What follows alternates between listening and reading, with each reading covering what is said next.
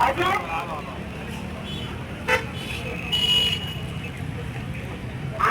याच्यापेक्षा मोठा मोर्चा हा नागपूरमध्ये निघणार आहे याची सर्वांनी माहिती घ्यावी.